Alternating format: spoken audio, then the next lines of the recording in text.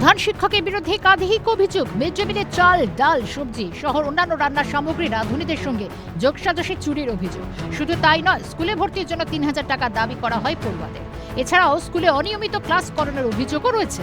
এসবের প্রতিবাদে প্রধান শিক্ষককে ঘিরে বিক্ষোভ দেখালো পড়ুয়া, অভিভাবক, গ্রামবাসী। হাসনাবাদের গাড়াকুপি হাই স্কুলের ঘটনা। শিক্ষক কি বলেছে? ভর্তি দিলে ৩,০০০ টাকা লাগবে। কে বলেছে? Head sir. তাহলে তুই কি করলি? আমি বললাম ৩,০০০ টাকা কিসের জন্য লাগবে, বলতে আমার কিছু প্রবলেম ছিল, ২ বছর আসতে পারিনি। তো বলতেছে আসতে পারিস, ভর্তি দিলে ৩,০০০ টাকা লাগবে। মানে কোনোদিন আসেও না, কোনোদিন যেদিন আসে 1-2 পিরিয়ড করে বার হয়ে যায়।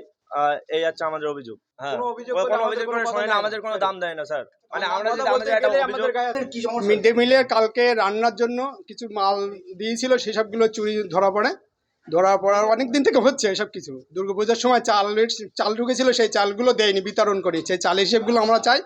আর হচ্ছে কিছুদিন আগে আমাদের হেডমাস্টার নীলম মাহাতো রবিবারে হচ্ছে স্কুল বন্ধ করে একটা মেয়ে নিয়ে খুব বাজে ব্যবহার করছিল।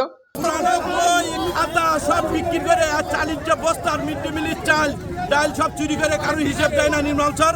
হেডমাস্টার বাড়ি নিয়ে গেছে, স্কুলে কারণ খাতা দেয় না, সব খাতাগুলো নিয়ে বাড়ি চলে গেছে। সমস্ত অভিযোগ অস্বীকার করেছেন অভিযুক্ত প্রধান শিক্ষক।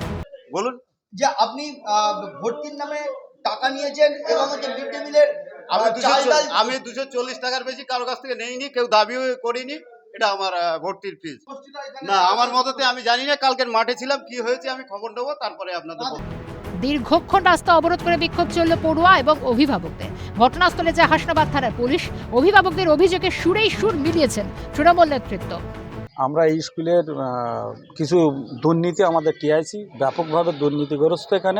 এখানে রান্নার চাল ডাল থেকে শুরু করে উনি অ্যালটমেন্ট যে চাল, যেটা গভর্নমেন্ট বরাদ্দ করেছেন, এবং স্কুলে আসেন না, মাসকান দিয়ে প্রায় 70 থেকে 80 কুইন্টাল চাল অলরেডি উনি গায়েব করে দিয়েছেন।